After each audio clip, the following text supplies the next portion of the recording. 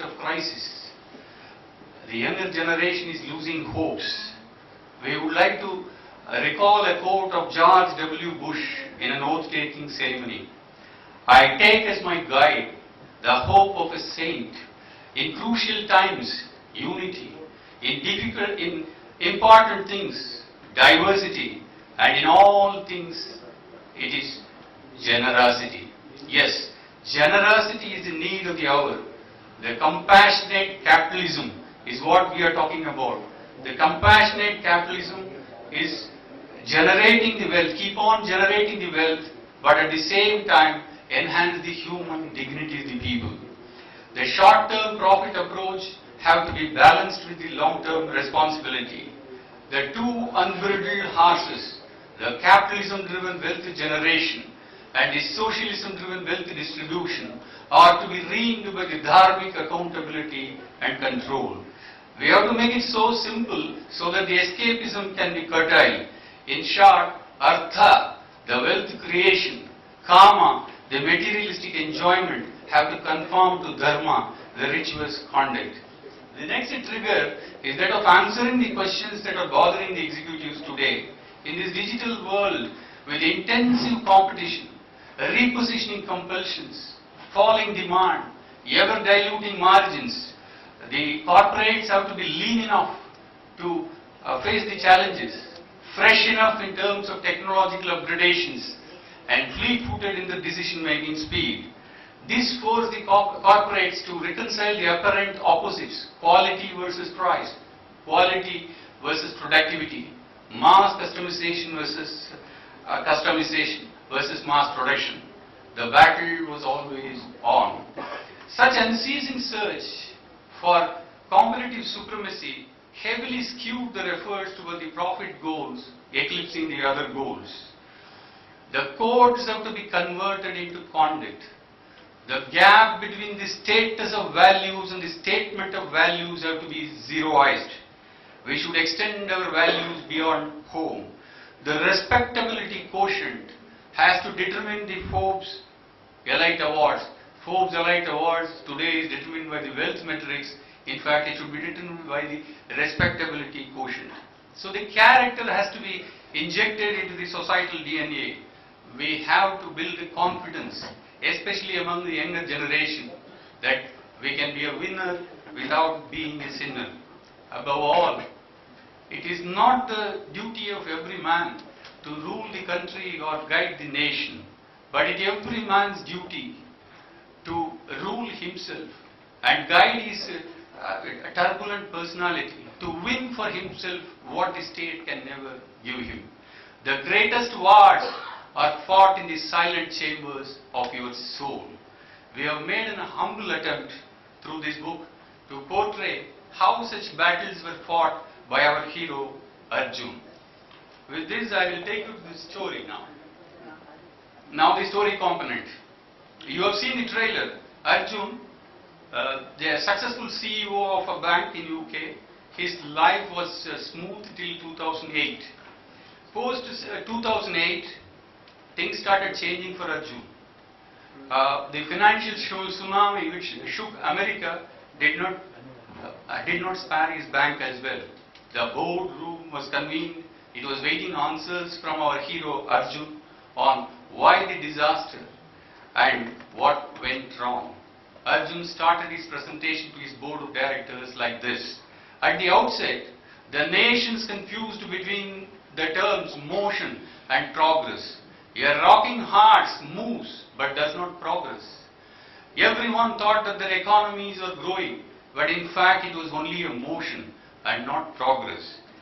He went on to give a story about how the business was conducted in the United States. This was a story narrated by Arjun.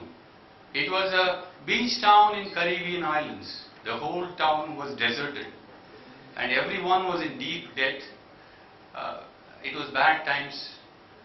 And at that point of time, a rich tourist walks into a hotel. He deposits $100 note in the reception counter. He said, I'll go up and inspect the room and come back. And then he went up. Meanwhile, the hotel owner uses that $100 notes and pays his debt to the butcher. The butcher in turn pays his debt to the pig grower. The pig grower in turn pays his debt to the supplier of the feed and fuel. The supplier of the feed and fuel in turn uses the money to settle his fuel distribution agent, and that agent in turn settles the money back to the hotel for his rental dues which he once owed. Now, meanwhile, the tourist who comes back, he says, I don't like any of these rooms, and he gives back the $100 note and walks out. No one earned anything, but everyone's debt got extinguished. Everyone's credit limit got restored. The end result of all these fancy methods is the global recession, Arjun continued. Arjun finishes his presentation and he was waiting for a barrage of questions from his board of directors. At that point of time, his secretary walks in, he rushes in, and she gives a note to him. Looking at that note, Arjun faints in the middle of the boardroom. Pandemonium arose, the first aid was given, and after some time Arjun wakes up and he realizes that he is in the midst of a formal board meeting and he was profusely apologetic. He said, I have a personal blow. My father expired in a rural town in India. Then Arjun immediately undertakes the journey from London to Lalgudi. The journey of enlightenment begins.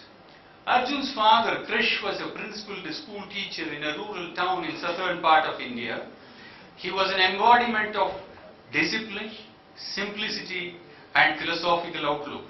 Arjun's professional life restricted him from talking to him frequently. There were only occasional telephone calls. He visited him almost 15 years back. Arjun reached Lalgudi. The funeral pyre was lit. Arjun could not be consoled. Arjun was totally devastated. He was feeling alone at this critical point of time. He was feeling that he was missing his dad. Then he went home, did not talk to anyone, and he went to bed. Suddenly, in the middle of the night, he listens to a voice. It was his father's voice. His father called him and he said that my soul will visit you for the next 10 days. Keep your questions ready. I will erase the clutter in your mind, he said. 10 nights, 10 questions. That's all Arjun has got to clear the daunting questions that bothered him. Now the story continues. Every day, his father's associate will recall an event in his father's life. That event triggers a question in the minds of Arjun, and he goes upstairs to his father to seek answers. The arguments of the rebellious son and the persuading father makes it more interesting. These questions we go through every day. Let me give you some of these. Day 1. What are values? Arjun starts the discussion. Dad, many a time I have taken victory as the goal for the corporation that pays my salary. But the practice of values many times prevent me from maximizing the value for my corporate. Then, what are values, Dad? He asked. Then intensive discussion takes place. There were exchanges on Vedas, various religious scriptures, the thoughts of the great leaders, great philosophers and great literary pundits. At the end of it all, they arrived at as to what are values. Now, it all boils down to conscience. If the system violates intelligence, it is bad. If it injures character, it is vicious.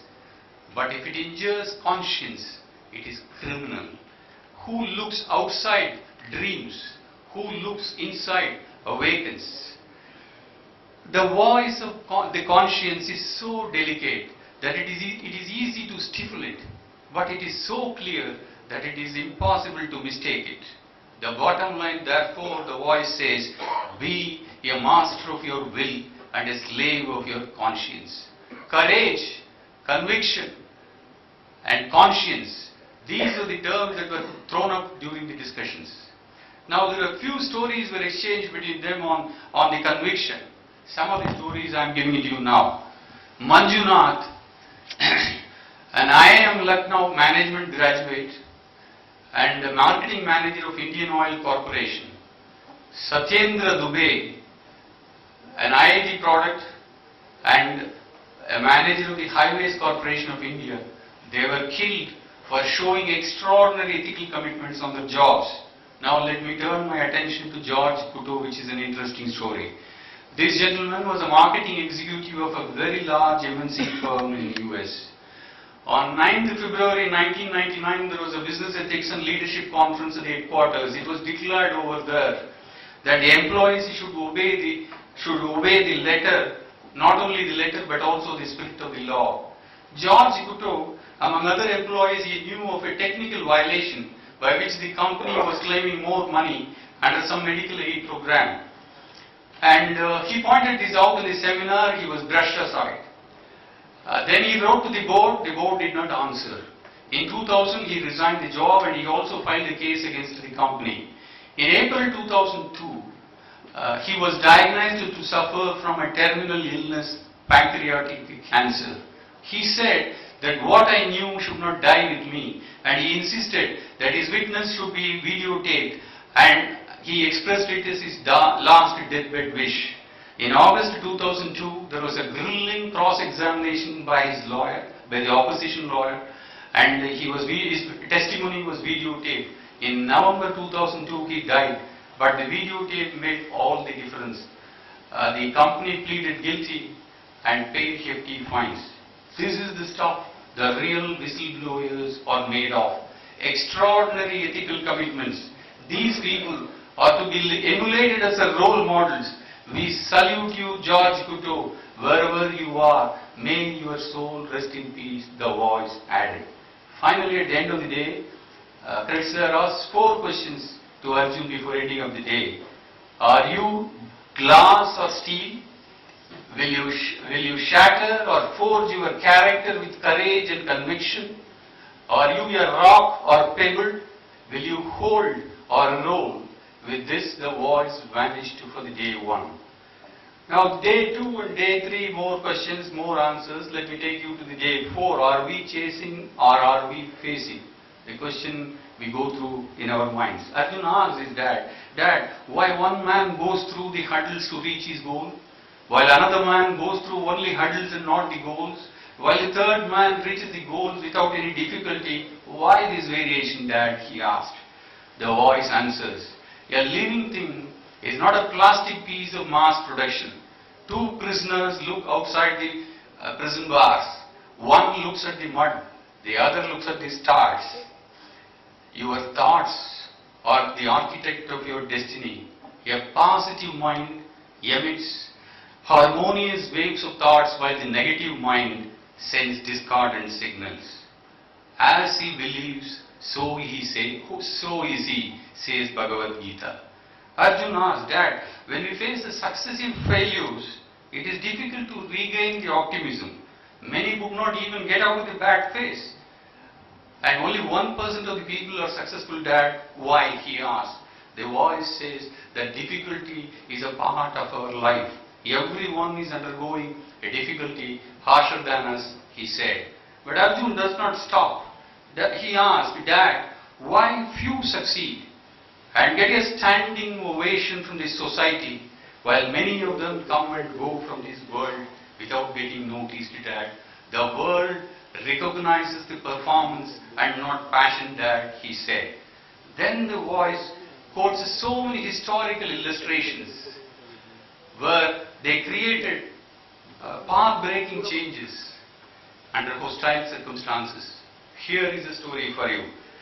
Here is this man. At the age of 21, he failed in the business.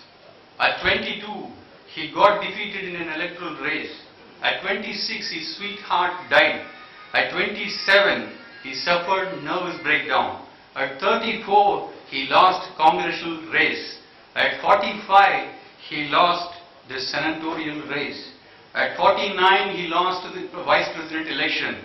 And at last, at 52, he was elected as the President of the United States of America. The man is Abraham Lincoln for you.